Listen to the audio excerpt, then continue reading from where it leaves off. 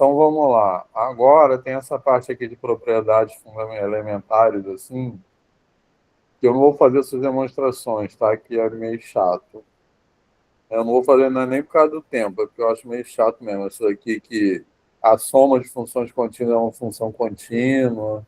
São aquelas propriedades algébricas básicas, beleza? Eu botei as demonstrações nesse PowerPoint porque, por uma razão meio protocolar assim, então quem quiser ver essas demonstrações estão aqui, beleza? Essa aí é só desigualdade triangular, enfim. Aí a outra tem que usar aquele truque, somar e subtrair coisas, aí pega esses épsilon aí todos maceteados, enfim. E essa também da composição, né? Que a composta de funções contínuas é uma função contínua. Beleza, pessoal? Então, só para assim, dizer que tem essas propriedades aí. Arthur. Oi, desculpa a demora. Não, eu queria fazer um comentário, eu acho que eu não sei se eu vou conseguir ficar tudo mesmo, mas eu queria fazer um comentário para chamar a atenção do uso que eu estava pensando enquanto estava no pause, do uso do quantificador universal, porque se eu tivesse um conjunto com os números inteiros de 1 a 10, por exemplo, e eu chamasse ele de C, e eu quantificasse sobre ele, falando, para todo x em C, eu estaria falando, vale uma propriedade, sei lá, P de x. Aí eu estaria falando que vale para 1, vale para 2, vale para 3. Então, eu falar para todo x em C, eu estou falando 10 frases de uma vez em uma só frase lógica. Uhum. Se fosse para os números naturais, eu estaria falando infinitas frases de uma só vez. Certo. Só que o epsilon é real. Então, a gente está não só falando infinitas frases de uma vez, como a gente está falando um contínuo de frases. A gente está falando 2 elevado a Aleph 0 frases de uma só vez. Então, eu acho que é interessante chamar atenção para isso, porque sempre fico maluco pensando nisso. Tá, Aleph, 1 frases, né? Supondo a hipótese do contínuo. É aquilo que eu suponho. Não aceita a hipótese contínua. O Gödel, no final da vida dele, ele estava tentando provar que a cardinalidade dos reais era Aleph 2. Ele não estava convencido mais que era Aleph 1. Sério? Uhum. Sabia não. É, muito louco. Por isso que eu nem assumo. Tá. Então, pessoal, vamos lá.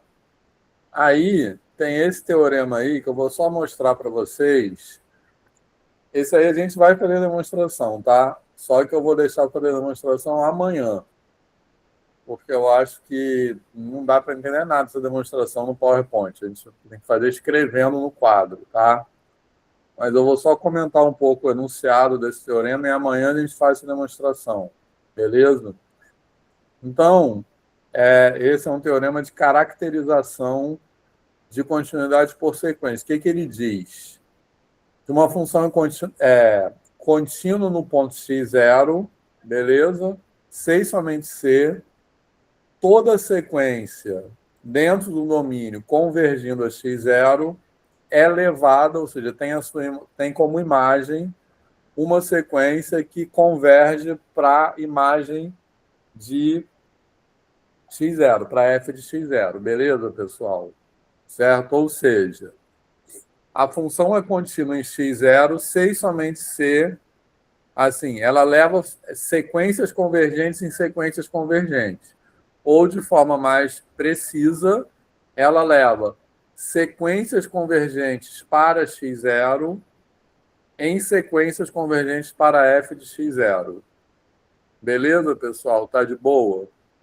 Ou seja, toda sequência que converge para x0, a imagem dela vai convergir para f de x0.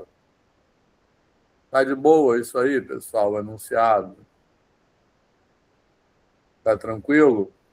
Então, não vamos fazer a demonstração amanhã, porque essa demonstração é super legal, assim, eu acho. Ela nem é muito...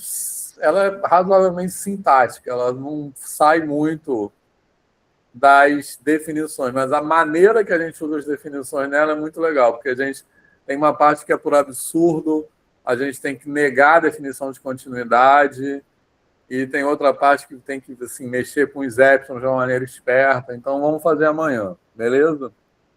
Só uma outra observação que Por que eu estou chamando de caracterização? Tá? A gente usa essa palavra essencialmente sempre que eu tenho uma propriedade que é equivalente à definição. Beleza? É um C e somente C. Então, caracterização, porque é isso, ela caracteriza. Toda função contínua tem essa propriedade e toda função que tem essa propriedade é contínua. Então, ela poderia ser a definição. Ela é equivalente à definição. Beleza? Por isso que eu chamo, ela caracteriza funções contínuas. Beleza, pessoal? Certo? Beleza. Professor, vou fazer uma perguntinha rápida aqui porque realmente essa era a minha dúvida na própria atividade, né? Então, é 2 elevado a F1 a cardinalidade dos reais, conjunto numérico de reais. Não, a gente assume qual a hipótese do contínuo, que é 2 elevado a Aleph0 é Aleph1. Ah, sim. O Arthur que não aceita a hipótese do contínuo, entendeu? Não é que eu não aceito, é só que eu não suponho a todo tempo. Porque, olha só, a hipótese do contínuo, que não existe nenhuma cardinalidade intermediária, assim, basicamente. Então, esse 2 elevado a Aleph0 é a cardinalidade das partes de Aleph0. 2 elevado a Aleph1 é a cardinalidade das partes de Aleph1. O que a hipótese do contínuo diz é que não existe nenhum conjunto que tenha cardinalidade estritamente maior do que um conjunto estritamente menor que o conjunto das suas partes. Agora, isso é provado que é independente. Ou seja, você não consegue provar isso com a axiomática de teoria de conjuntos. É independente daquela axiomática lá de Zermelo Fraenkel. Entendi. Então, isso poderia ser um axioma, ou seja, a gente tem uma estrutura onde isso vale e onde isso não vale. Mas a gente assume que a gente está trabalhando onde isso vale. E que a cardinalidade de R seria Aleph1, que é 2 elevado a Aleph0. Entendeu? Beleza. Só que o Arthur gosta de problematizar isso, que eu acho legal, mas enfim. Talvez eu faça uma menção, Arthur, lá no segundo Arthur. Mas, assim, essa hipótese do contínuo é que ela está em aberto, tá? É igual ao postulado das paralelas. É provado que é independente. Então, existe uma estrutura onde isso vale e uma estrutura onde isso não vale. Entendi. Tipo, e assim, hiperbólica. Brincando, tá, Arthur? não, e assim como o postulado das paralelas, até entenderem a independência, ficou muita gente tentando provar que ele valia, ou coisas assim. Ih, eu travei. Enfim. Mas voltando aqui, beleza, pessoal? Uma coisa menos... Eu travei? Eu acho que eu travei. Ah, eu travei. Desculpa. Por quê? Eu tava falando sozinho aqui. O que você falou? E minha internet... Não, é que você falou do princípio do quinto postulado, e assim como teve muita gente durante muito tempo tentando provar ele, até provarem a independência da hipótese do contínuo, tinha muita gente tentando lidar. Então, Cantor ficou até o final da vida tentando provar que a cardinalidade dos reais era a F1. Mas ele morreu e não conseguiu fazer independente, né? Enfim. Maneiro.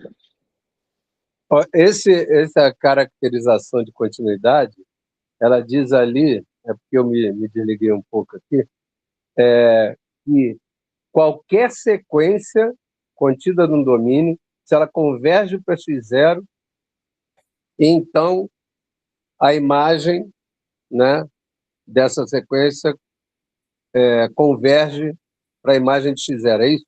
Isso, exatamente. Tá legal. Isso acontece se somente se a função é contínua em x0, entendeu? E você vai demonstrar amanhã, né? Eu vou demonstrar amanhã, porque tem várias sutilezas, assim. Outra coisa é uma implicação dentro de um C somente C, entendeu? Então, tipo assim... isso aí. Eu vi aqui. É C somente C e tem uma implicação nela. Sim. Então, por isso que eu acho que é melhor fazer escrevendo no quadro, tá? E é um teorema também interessante que, por um lado, é um teorema meio que, assim, ele verifica que o que a gente está falando está fazendo sentido no geral. Porque a maneira que a gente está falando de continuidade faz sentido com o que a gente está falando disso de limite e vice-versa, nesse sentido que está aí. Então, o teorema de, tipo assim, o que a gente está falando está fazendo sentido mesmo. As coisas se encaixam. Assim. Exato, porque a gente poderia estar definindo coisas de maneira diferente que não estivesse se encaixando. Porque repara, exatamente, isso aí, porque convergência de sequência é aproximação. Então faz todo sentido que esse teorema seja verdadeiro, porque eu estou falando, outra maneira de falar a ideia de continuidade, que leva pontos próximos de x0 a pontos próximos de f de x0. É isso que a continuidade faz. Então, uma sequência se aproximando de x0, a sua imagem vai ter que se aproximar de f de x0. É isso que esse teorema aí diz. Beleza, pessoal? Certo? Ele dá mais consistência à definição também. Exatamente. Isso. Então, ele é bem conceitual, né? Assim. Isso é legal. E, além disso, ele é muito útil também. Ele é usado em várias demonstrações. A gente vai usar ele em várias demonstrações, hoje e amanhã, tá? Então, eu vou até... Acho que hoje, nos exemplos, pelo menos, eu vou usar ele, tá? Então, vamos assumir que ele valha e amanhã a gente volta para a demonstração dele, beleza? Tranquilo, pessoal? Tá, então a demonstração está aqui, vou passar rápido para ninguém ver, para não dar spoiler. E aí tem esse outro teorema, esse eu não vou demonstrar não, mas é por uma questão com dor no coração, por uma questão de tempo, tá? Por quê? Porque amanhã a gente já tem que fazer o teorema do valor intermediário. Esse aí eu não posso deixar de fazer. Ah, não, logo amanhã que eu não vou. Não. Pois é. Tem a função do cono em base 13. Tem que falar disso. Você tem que ir amanhã, então. Eu não vou estar fisicamente lá. Mas vou mandar a Wikipédia da função. Tá, então olha só. Esse aí, caracterização de quantidade por conjuntos abertos, que também é uma caracterização, ou seja, um C somente C, e o Arthur estava falando desse teorema agora há pouco, né? Ele diz que uma função é contínua, C somente C é a contra-imagem de qualquer conjunto aberto é um conjunto aberto, tá? Não é tão, assim, não vou explicar o enunciado, não é tão evidente entender que o enunciado desse teorema, com desenho, é mais evidente, tá? Aquele desenho lá que eu chamei a atenção disso, ele explica muito bem isso. Foi um ótimo desenho. Mas, tipo, só falando assim, eu não sei. Quer dizer, e esse teorema a gente precisa de um tempo para entender ele com calma. Ele não é um teorema tão assim, geometricamente razoável como o das sequências. Ele é bem geométrico. Né? Porque foi o que você falou, ele está distraindo muito o conceito de distância, né? Mas é um teorema muito importante por isso. Porque, essencialmente, o que esse teorema diz é o seguinte. Ele diz que, para falar de proximidade, tudo que eu preciso é de conjuntos abertos. Beleza? É isso que esse teorema diz. Então, se eu tenho distância, eu consigo falar de proximidade. Mas esse teorema diz o seguinte, eu não preciso saber as distâncias para falar de proximidade. Então, ele é muito forte. Inclusive, em alguns lugares, não daria para falar do outro jeito, e é ele que tem que ser usado para falar de continuidade. Ou seja, ele é a definição genérica de continuidade em espaços topológicos nos quais não necessariamente eu tenho uma distância. Enfim, mas isso é uma viagem maior, a gente está passando para outro grau de abstração, então a gente, infelizmente, não vai dar para falar disso. Talvez em análise 2, tá? E seria legal porque tem que falar do Hausdorff, e eu gosto do Hausdorff. Ele escrevia muita poesia, ele escrevia peça, ele era um cara legal. Isso. Mas, enfim, isso aí é só um... Quem não entendeu nada, não se preocupe, tá? Isso é só a gente não vai se aprofundar nisso. Tem a demonstração aqui, quem quiser olhar. E agora eu quero falar de alguns exemplos de... Beleza, pessoal? Então, só para recapitular. O que a gente ficou devendo dessa parte? A demonstração daquele teorema, caracterização por sequências, tá? Que a gente vai fazer amanhã. Então, amanhã a gente vai fazer isso e vai falar do teorema do valor intermediário e do teorema de Weierstrass, que é aquele que toda função contínua num conjunto limitado fechado tem um máximo e um mínimo. Tá? Esses dois teoremas são muito importantes, funções contínuas. A gente vai falar disso amanhã. E hoje eu quero falar de alguns exemplos incomuns e quero falar da definição de limite também. Acho que dá tempo. Se não der, a gente fala amanhã também. Beleza? Comparar a definição de limite com a definição de continuidade. Certo? Então, esses exemplos incomuns, eu estou botando essa figura aí. Quem já viu esse filme? Quem mais já viu esse filme? Quem não viu tem que ver, tá? Esse filme. Beleza, pessoal? Professor, qual filme? Estrelas Além do Tempo. Qualquer coisa eu compartilho. Mas ele Não cheguei a ver, não. Esse filme acho que tem Netflix. A Rebeca está falando ali, esse filme é incrível, né? Assim, Estrelas através do tempo, né? Tempo. Isso. Esse filme, ninguém mais viu esse filme, só Arthur e Rebeca? Eu vi. Tá. Eu não vi ele completo, mas vi vários cortes, já sei tudo o que acontece. Tá, então vê depois completo. Assim, Felipe. Eu já vi também, maravilhoso. Maravilhoso, indico. Maravilhoso.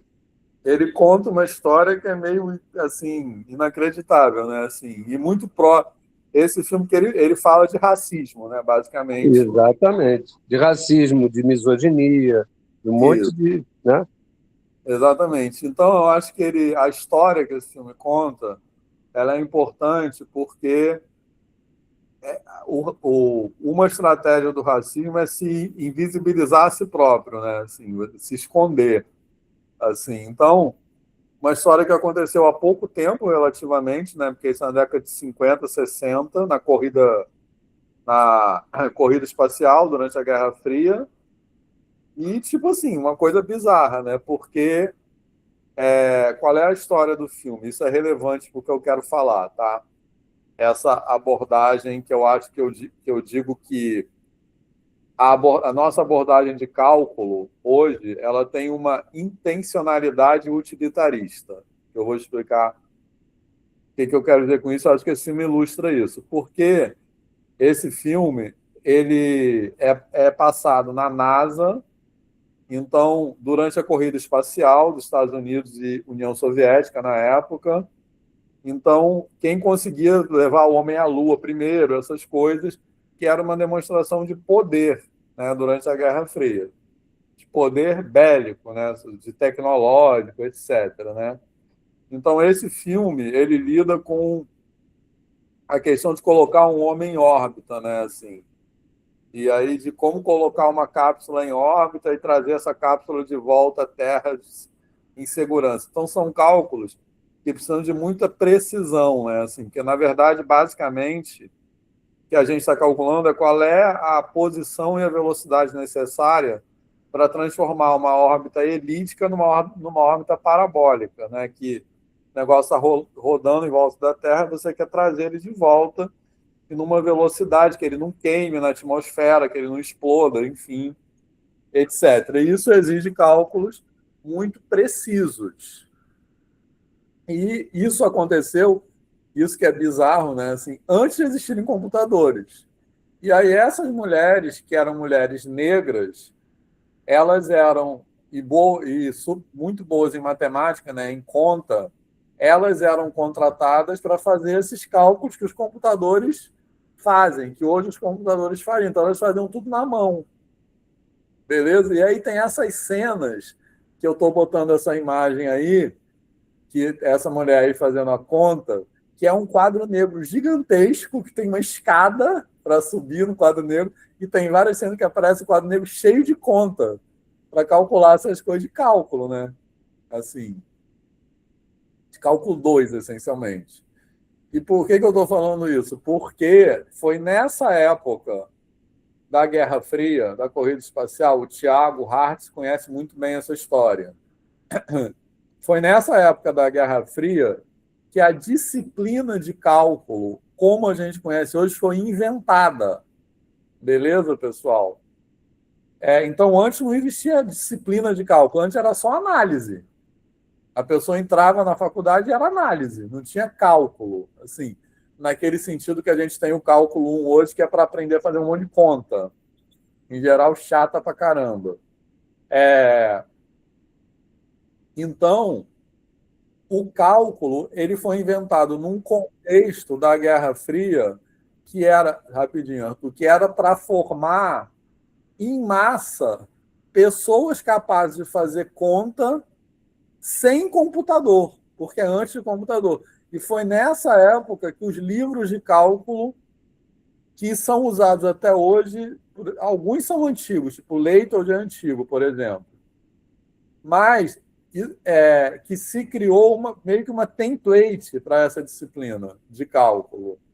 E alguns livros escritos nessa época foram reeditados várias vezes e outros foram escritos depois, mas seguiram esse modelo desse livro. Se vocês olharem, o índice de qualquer livro de cálculo é igual, né? Assim. Então, qual é o meu argumento? Que a gente dá... Por isso que eu uso essa figura aí da mulher escrevendo nesse quadro negro gigantesco.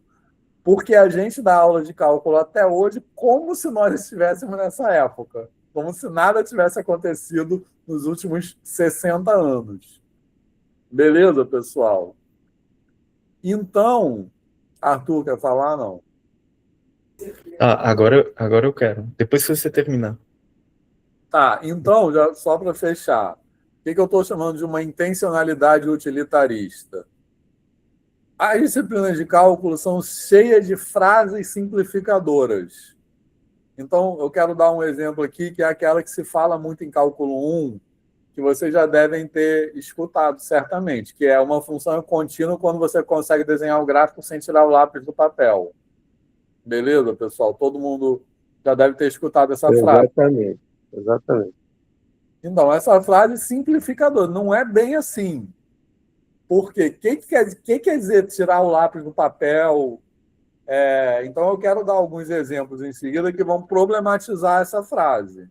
1 sobre X, você acabou de falar hoje. Sobre X você vai tirar o lápis do papel. Exatamente. Ou seja, essa imagem, que uma função contínua é aquela que você pode desenhar um gráfico sem tirar o lápis do papel, ela reduz a visão de função contínua, tá? 1 sobre X é um exemplo, mas eu quero dar uns exemplos mais legais, certo? E qual é a minha crítica? Disso que eu estou chamando de uma intencionalidade utilitarista. Não é a falta de formalidade que eu estou criticando, porque eu acho que cálculo 1 não tem que ser formal, tá? Cálculo 1 é para a pessoa se familiarizar com os contextos. É a falta de problematização, né? Exatamente. É a falta de problematização. Porque essas frases, elas têm uma intencionalidade que é assim, não pensa muito não, faz aí. Entendeu? É tudo cálculo, é tudo cheio de coisa assim. Tipo, nx elevado a n menos 1, faz a conta aí. Né? Mas o que é derivada? Então, é disso que eu estou falando. Repara, não é falta de formalismo, tá? É tipo uma coisa que simplifica o conceito, não deixa perguntas em aberto e faz o exercício. Cálculo 1 é assim. Fez sentido isso, pessoal? É aquilo que a gente criticou o curso todo, que é você dar o algoritmo, dar a fórmula, como se fosse uma coisa para o cara só utilizar sem pensar. Que é o que acontece na educação básica também, né? Sim. Eu pensei exatamente na educação básica. Mas eu acho E que... a gente tem cálculo 1, né? Um índice de reprovação em todas as universidades de 90%, né? Parece que o número, a última vez que eu vi, foi 90%. E eu E não mudar isso, não pensar em mudar isso, é uma insanidade, né? achar que está tudo bem. Sim, Eu acho as pessoas loucas, pessoas que acham sim, que isso são, sei lá. E eu acho que o cálculo 1 tem esse nível de reprovação, não é porque é difícil, é porque ele não faz sentido. É porque, exatamente. entendeu? Ele é uma disciplina da década de 60, que as pessoas dão hoje como se nada tivesse acontecido. Entendeu? Então as pessoas acham cálculo 1 chato, não gosta, tem toda a razão de não gostar, de achar. Porque é Você, chato. na especialização, Vitor, você deu funções e Uhum, um monte de coisas de cálculo sim. eu entendi lá, entendeu? Não era uma coisa só de você realmente calcular sem, sem ter lógica, sem ter alguma coisa que tivesse conexão com outras coisas. Era uma coisa ali, ó, calcule os limites, calcule as derivadas, calcule né, as integrais, a integral por parte, UV menos integral de VDU. Aquelas merdas, tem 1000 anos que eu tenho essa merda decorada, Que entendeu? bom. É, Sim, e isso faz muito sentido para mim, principalmente porque eu fiz o caminho inverso. Então, eu tive a experiência do cálculo 1 na engenharia. Então, eu ficava, nossa, qual sentido tem isso? Para mim, não fazia sentido, né? Eu entendi ali a mecânica, né? Mas não fazia sentido. para que eu estou fazendo isso, né? Então, Sim, as pessoas ficam putas, com razão.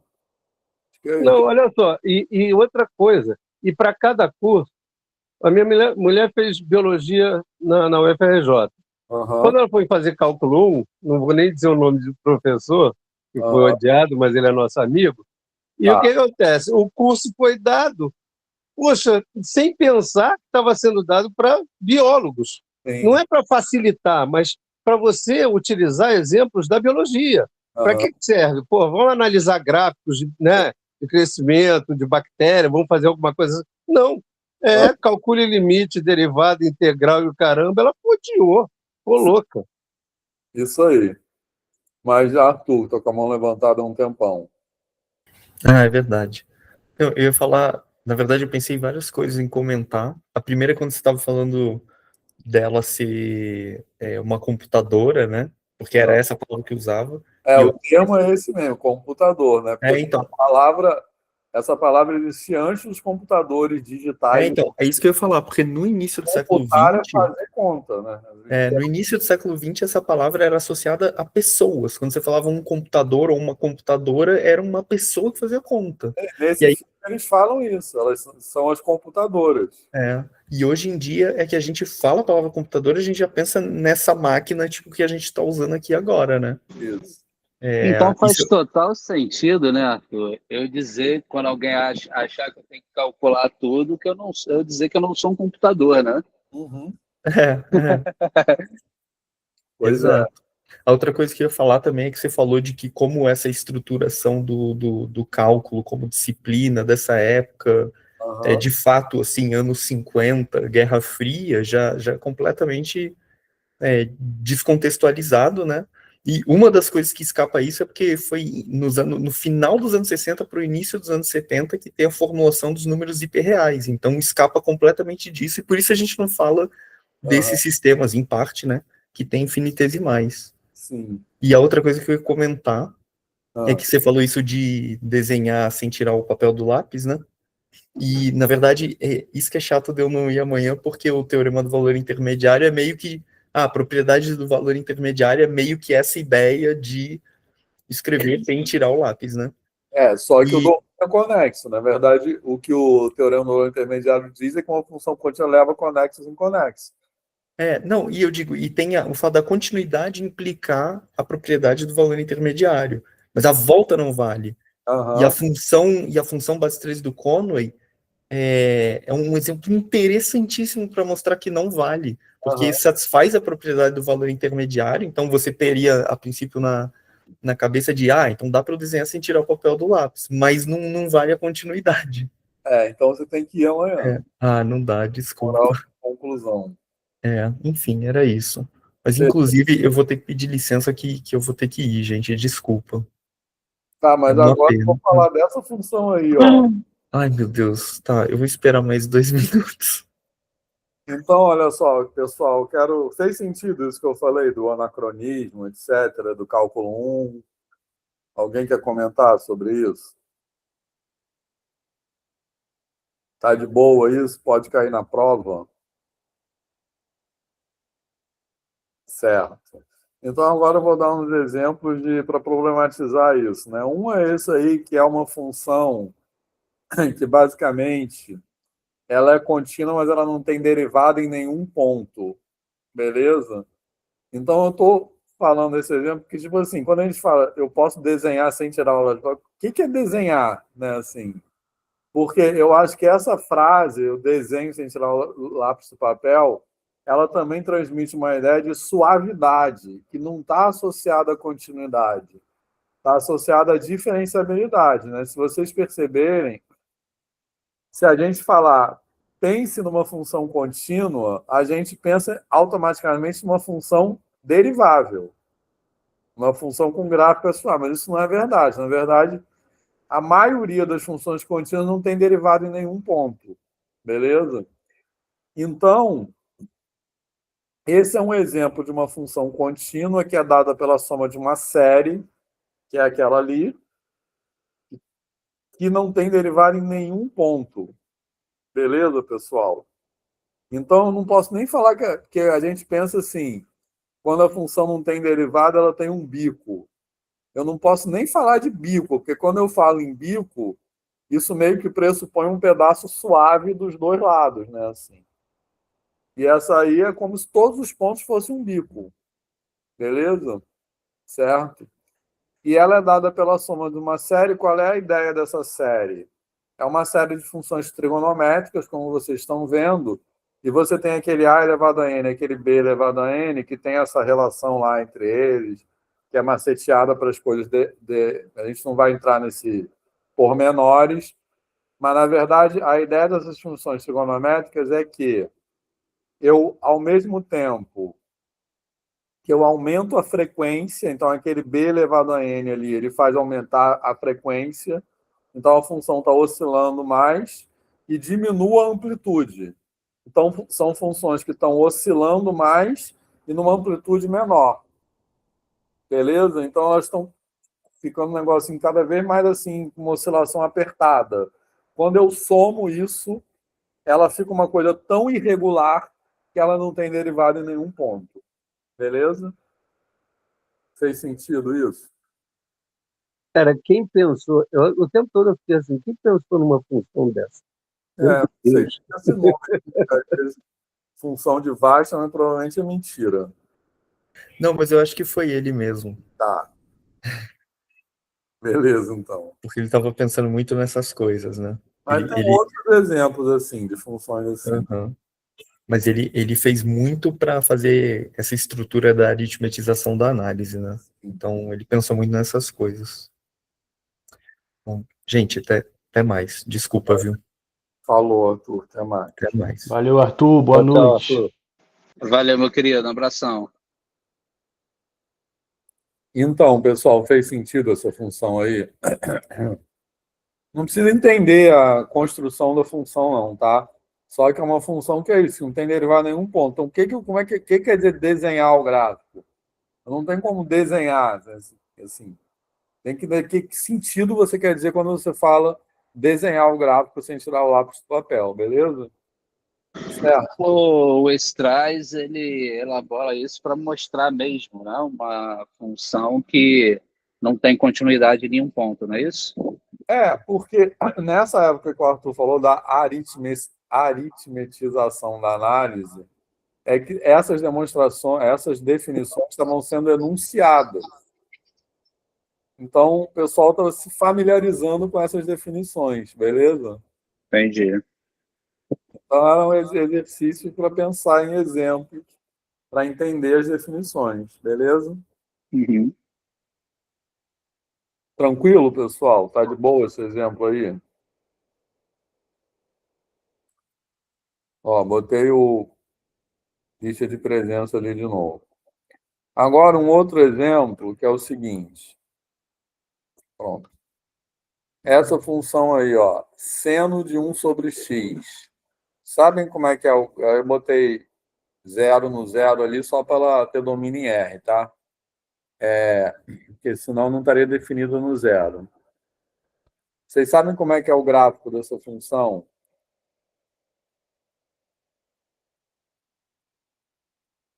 Assim de cabeça, não. Assim.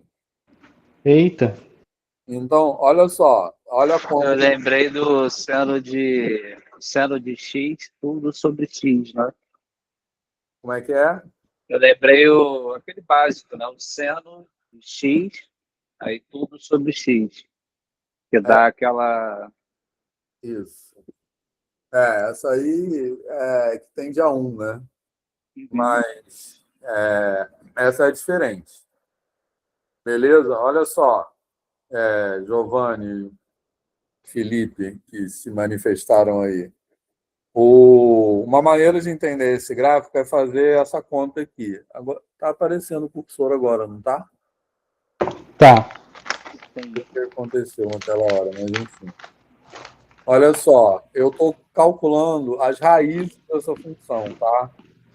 Então, eu estou vendo onde essa função percebe o eixo horizontal. Tá boa, estou calculando, resolvendo essa equação U de x igual a 0, beleza?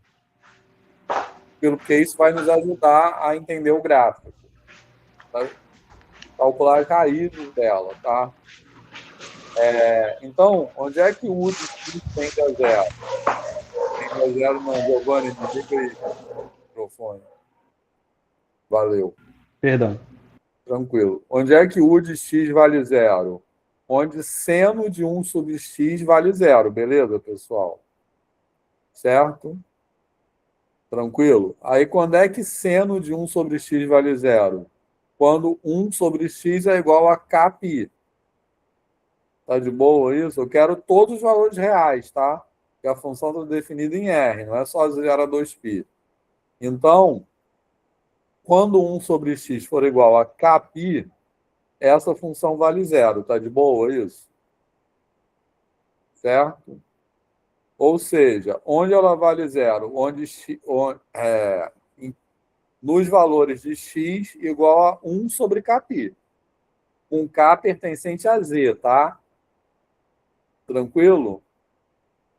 Certo? Então, 1 sobre π, 1 sobre 2π, 1 sobre 3π e a mesma coisa do lado negativo. Menos 1 sobre π, menos 1 sobre 2π, menos 1 sobre 3π. Beleza? Então, o que é isso? 1 sobre π, aproximadamente 1/3. 1 sobre 2π, aproximadamente 1/6. E assim por diante. Então, essa função, olha só, por isso que o gráfico fica assim, porque ela tem uma sequência de raízes tendendo a 0. Beleza, pessoal? Tá tranquilo isso? Todo mundo entendeu? Então, essa aí é legal desenhar no GeoGebra, tá? Porque você pode ir ampliando o domínio e vendo. Ampliando o domínio não, dando zoom aqui, e você vê que quando você vai chegando perto do 0, ela tem infinitas oscilações. Beleza, pessoal? Então, esse rabisco azul aqui, qualquer intervalo desse, ela tem infinitas oscilações, porque tem infinitas raízes ali dentro. Todo mundo percebeu isso? Sim. Sim, pessoal. Tá de boa isso? Certo? Outra maneira de entender isso é o seguinte: eu tenho seno de 1 sobre x, tá? Vamos pensar qualitativamente nas funções. Quando x se aproxima de 0, o que acontece? Esse 1 sobre x, que é o argumento do seno, que está dentro do seno, tende a infinito. Beleza? Então, eu estou aplicando seno numa coisa que está tendendo a infinito. Então, essa oscilação vai ficar cada vez maior. Beleza? Esse tender a infinito do 1 sobre x se reflete num aumento da oscilação do seno de 1 sobre x. Tá de boa isso? Só para entender esse gráfico. Eu achei melhor. Eu também acho. Legal. Sim. Porque, tipo assim, se eu tiver, por exemplo, seno de x, tranquilo? Ele vai ficar aquele gráfico lá normal. Se eu ponho seno de 2x, ele eu vou aumentar a frequência, beleza? Ele vai ficar um gráfico mais contraído. Se eu botar seno de 10x, ele vai ficar mais assim. Então, quanto mais rápido varia o argumento do x, maior a oscilação do seno. Beleza, pessoal? Fez sentido isso? E ali perto do próximo do zero, exatamente vai aumentar muito, né? Isso. Então, ele vai tender a infinito, né, o valor do argumento, e aí ele vai oscilar demais. Exato. Então, como o argumento do seno, que está dentro do parênteses, tende a infinito, então ele vai oscilar mais. Beleza? Tranquilo, pessoal? Certo? Fez sentido isso ou não? Agora, essa função é descontínua, tá? Eu quero, a partir dessa, dar um outro exemplo aí de uma função que é contínua. Essa aí é descontínua. Tá de boa? Certo? Porque eu não tenho como colocar ela descontínua só no zero, né? Porque eu não tenho como... Porque quando eu me aproximo do zero, os valores dela ficam oscilando loucamente. Então, ela não se aproxima, não existe o limite dela no zero. Beleza, pessoal? Todo mundo está de boa com isso? Sim ou não? Outra coisa, só uma observação. Essa função não é periódica, tá? Não é tudo que oscila que é periódico. Beleza? Para periódico tem que oscilar sempre nos mesmos intervalos, né? Assim, tem que ter um período. Aí não tem um período. Tá de boa? Então, essa função é descontínua. Uma maneira de ver que essa função é descontínua é exatamente, que é isso aí, mas a gente pode falar disso amanhã, se necessário. Professor, porque a frequência vai aumentando conforme a gente se aproxima de zero, não é isso? Isso. Isso que ela não tem um período, né? Exatamente. Isso aí. Beleza? Então, não posso dizer que ela é periódica, porque a gente às vezes confunde. Fala que qualquer coisa que pensa assim, qualquer coisa que oscila é periódica, não é verdade. Então, olha só, pessoal, isso aqui é só uma demonstração de que essa função é descontínua por aquela caracterização de continuidade por sequência. Beleza? Que a gente vai demonstrar amanhã. Porque eu pego sequências tendendo a zero, basicamente a ideia é essa. Eu posso pegar sequências xn tendendo a zero e f de xn vai tender para qualquer lugar. Para ela ser contínua, eu teria que pegar toda sequência de xn tendendo a zero, o f de xn teria que tender sempre para a mesma coisa. Isso não vai acontecer. Fez sentido isso? Uhum. Tá de boa? Então, essa função é descontínua. Descontínua no zero. Nos outros pontos, toda ela é contínua. Tranquilo? Então, no zero, ela é descontínua. Tá certo, pessoal? Tranquilo? Sim. Tá. Só Se você Não tira tem o zero do... Se tirar o zero do domínio, ela é contínua. se tirar o zero do domínio, ela é contínua. Exatamente. Porque por causa daquela observação que você falou, que são para elementos do domínio. É a mesma coisa de 1 sobre x. Porque o problema dela é no zero, no resto, normal. Sim, não tem uma bola bem definida ali no contradomínio, né? No zero, né? Em torno do zero. Sim. Beleza. Então, essa função é descontínua. Todo mundo está convencido disso? Descontínua no zero. Tá? Beleza? Tá de boa isso? A gente já vai acabar a aula, tá? Vamos deixar a definição de limite para amanhã também. Porque acho que não vai rolar.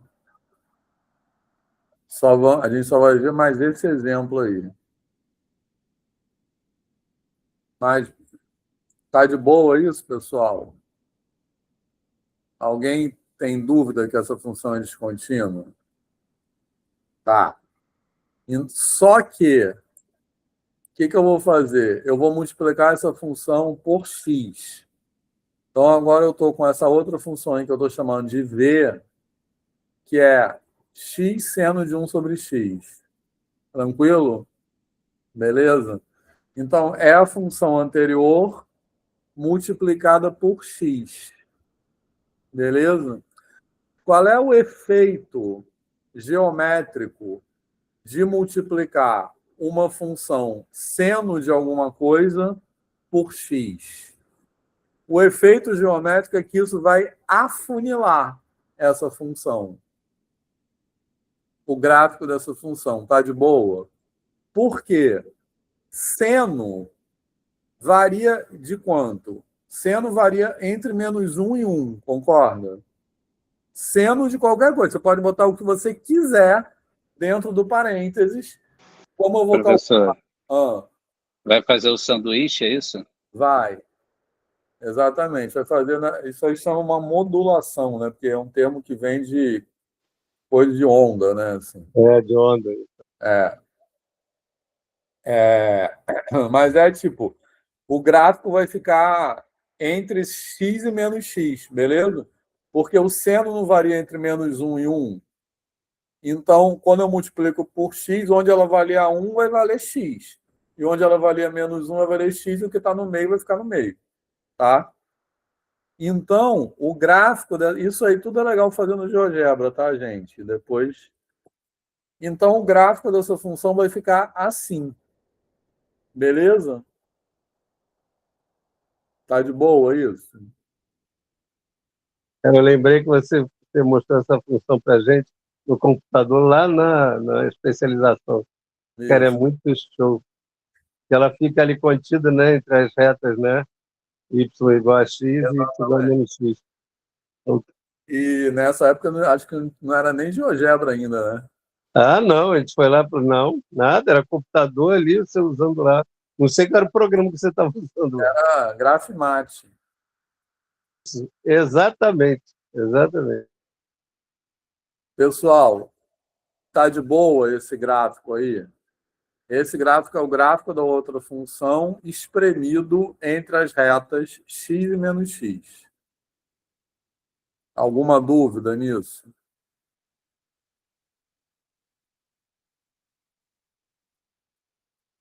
E aí?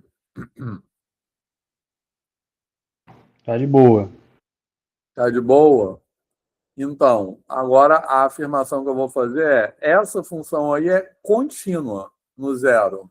Eu ia dizer isso agora, porque assim, qualquer época que você pega ali, né, no contradomínio, você consegue, né, um delta ali em torno do zero Exatamente. que todos os pontos se acumulem lá. Ou pensando por sequência, né? Assim, se eu pegar, que eu estou escrevendo aqui, ó, qualquer sequência xn tendendo a zero, a imagem vai tender a zero também, porque ele está afunilando para o zero. Cara, é mais fácil de ver usando, por isso que você falou, né? Que é uma definição equivalente, mas que muitas vezes é muito mais usada do que a outra. Porque nos ajuda a pensar, né, sobre isso. Exatamente. Beleza, pessoal? Então, tranquilo? Então, ela é contínua por quê? Porque sempre que eu tiver algo se aproximando de zero, a imagem daquilo vai se aproximar de zero também na imagem, no contradomínio. Então, ela é contínua. Só que ela é contínua, mas ela continua tendo infinitas oscilações de um lado e infinitas oscilações do outro. Então, essa função não tem esse negócio de desenhar, tirar o lápis do papel. Porque, repara só, se eu começo desenhando esse gráfico do lado direito, eu nunca passo para o lado esquerdo. Porque eu vou ficar desenhando essas oscilações infinitamente. Então, ela é contínua, mas qualquer intervalo que eu pegar ali em torno do zero, ela tem infinitas oscilações. E aí, fez sentido? Quer dizer, vocês... Professor, como poderia, por exemplo, se eu pegasse x vezes seno de 1 a x mais 1, por exemplo, ela continuaria a ser contínua, né? Porque a imagem iria dessa vez para 1. Sim, né? aí você estaria só transladando, mas é isso. Sim, ela... sim. Porque O que olha importa é porque eu pensei o seguinte: o que importa é que a imagem está indo para um ponto conforme o domínio está indo para o zero, né? Ou para um ponto qualquer. Sim, pontos próximos do zero são levados em pontos próximos do zero. Sim. Beleza? Tranquilo, pessoal? E aí? Fez sentido isso? A moral da história desses exemplos é que função contínua é sempre tão bem comportada como a gente pensa. E aí? Sim, sim. Problematizando essa definição de mão no lápis se manter na folha, né? Essa tentativa de definição. Não, e até porque o nome contínua nos traz uma ideia de uma coisa mais mauricinha, né? Mais comportada, né? E ela pode ser mais porra louca. Depois eu vou mostrar mais o último exemplo, que é um exemplo que eu não A função mauricinha foi um bom argumento. Isso. Eu uso normalmente a palavra funções caretas e funções não caretas. Mas é isso, a ideia Bem comportadas e mal comportadas. a função não careta. Beleza? A gente só estuda funções caretas, né? No ensino médio, em cálculo. É bem careta. Sim. Beleza? E aí, pessoal, fez sentido ou não? Quem está perdido aí? Quem está calado está perdido ou está dormindo?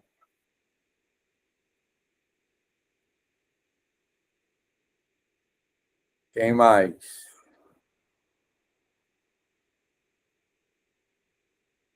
Beleza. Gabriela, que botou o coração, tá de boa mesmo? Tá. Certo. Então, olha só, para acabar a aula, então amanhã a gente vai fazer a demonstração daquele teorema do intermediário e definição de limite. Dá tempo. Para acabar a aula, só vou falar uma coisa assim, para quem vai fazer análise 2, tá?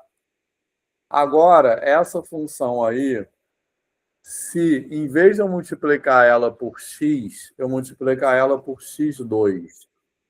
Então, se eu tiver, em vez de x seno de 1 sobre x, eu tiver x2 seno de 1 sobre x. Como vai ficar esse gráfico? Ele vai ficar modulado, ou seja, vai ficar espremido entre duas parábolas. Tá de boa?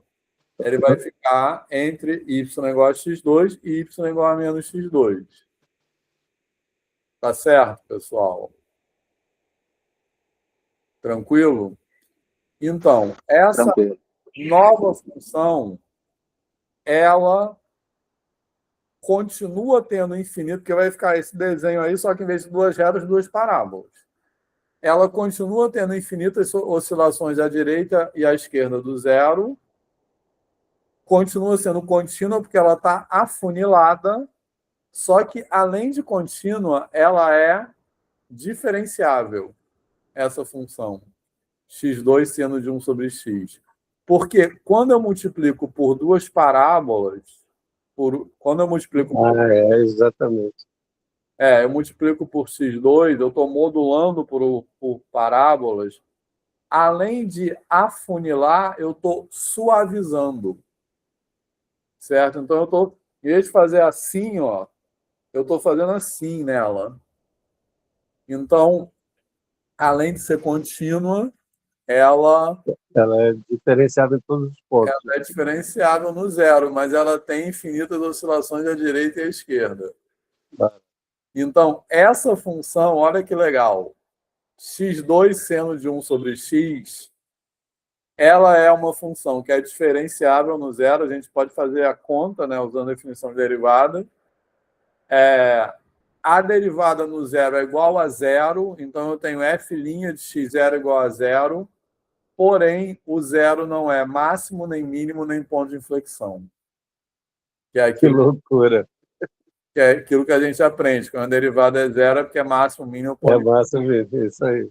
Isso só vale para a classe das funções caretas, né? Assim. Ela se rebela, né? Assim, ela é desobediente. Ela não quer ser nada disso. Beleza, pessoal? Beleza, ela vai fazer o sanduíche entre duas parábolas, né? Entre duas parábolas. Isso. Fez sentido isso?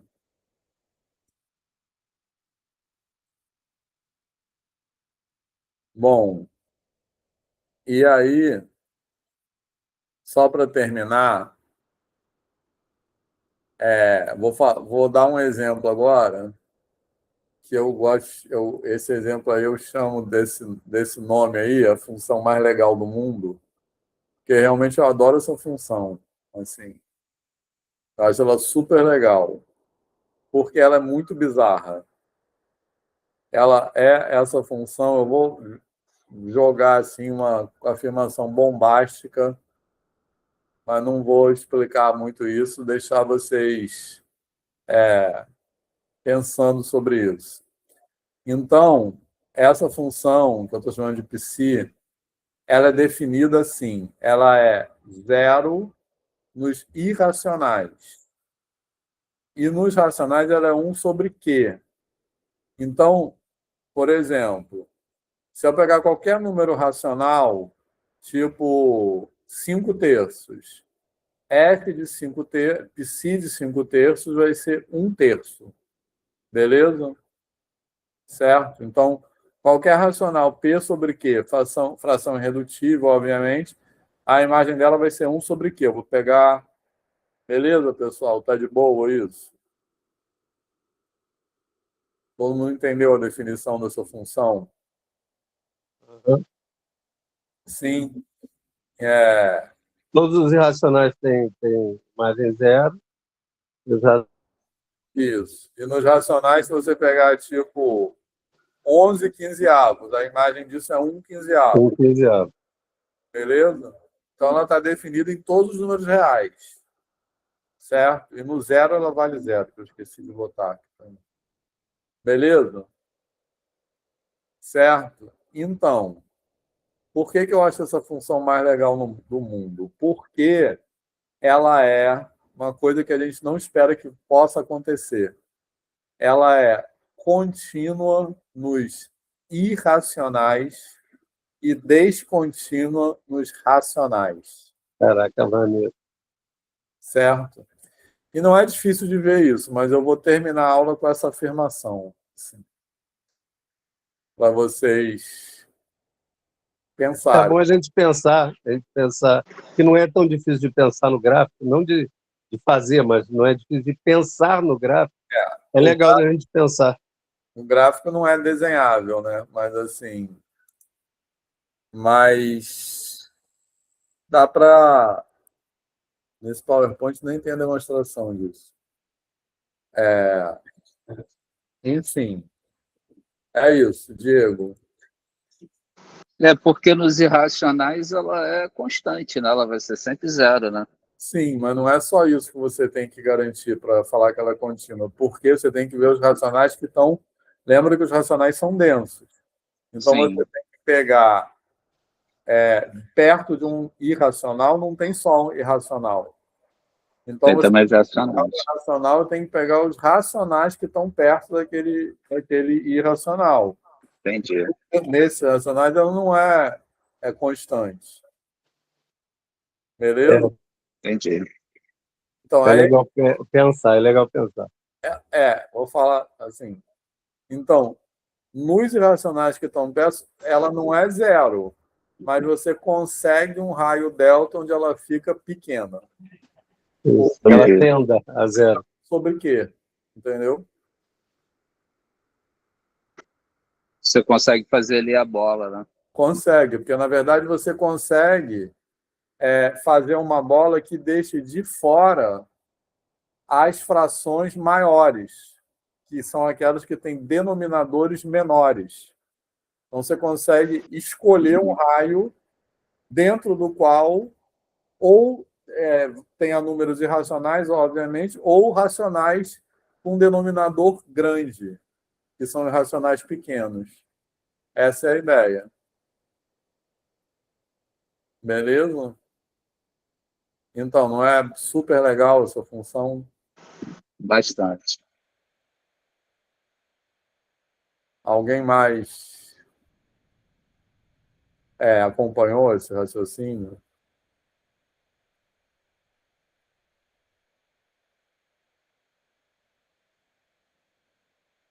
Para quem gosta de matemática, são essas curiosidades que dão vida, né?